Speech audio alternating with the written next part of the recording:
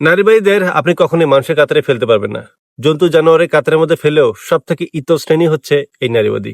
নারীবাদী কথাটা মাঝে আপনি বুঝতে পারবেন, ও মাই গড, নারীবাদী তার মানে নারীদের পক্ষে কাজ করে, নারীদের অগ্রণী ভূমিকা পালনে এরা খুব বড় ধরনের ভূমিকা পালন করে। প্রকৃতপক্ষে এরা সবগুলো ধান্দাবাজ। কোথায় মাল কামানো যাবে, কোথায় একটু করানো যাবে, কোথায় একটু খাওয়ানো যাবে, শুধু এদের এদের মূল কাজটা হচ্ছে যে কিভাবে কোথায় টাকা কামানো যায়, কোথায় একটু অবাধ যৌনচার করা যায়, ইচ্ছা মতো খাওয়া যায়, মানে ইচ্ছে মানে যখন যেটা মন চায় এটাই এদের। অর্থাৎ এরা চায় পূর্ণ স্বাধীনতা। স্বাধীনতা চাইতে যদি বড় কিছু থাকে এরা চায় এটা।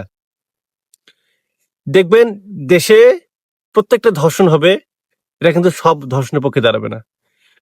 এরা সবসময় এই ধাঁধা থাকে যে কবে নারী একটা নির্যাতন হবে এবং সেই নির্যাতনে কোনটাতে ধান্দা অর্জন করা যাবে বা কোনটাতে টাকা কামানো যাবে। এই যে মনে করেন যে আওয়ামী লীগের সময় এখন ধর্ষণ একটা হয়ে গেল, আর কি করতে হবে?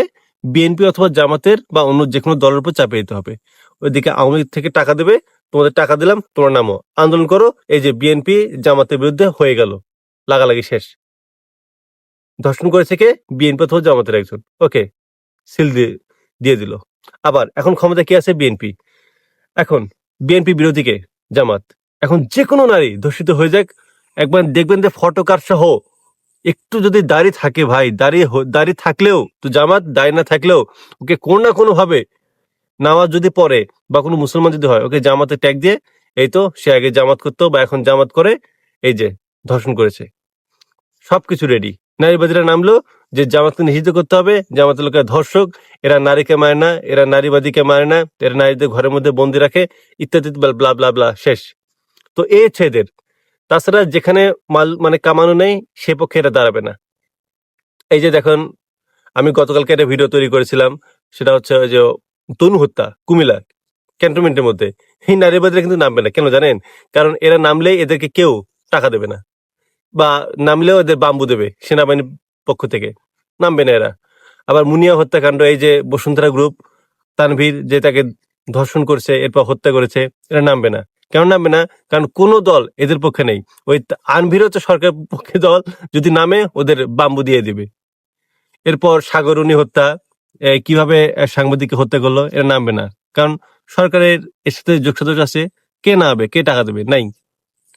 ঠিক এদের কাজটা হচ্ছে এটাই, যে যেখানে এদের ধান্দা থাকবে, যেখানে এদের টাকা কামানো থাকবে, এই নারীবাদীরা শাহবাগীরা হচ্ছে এগুলোই।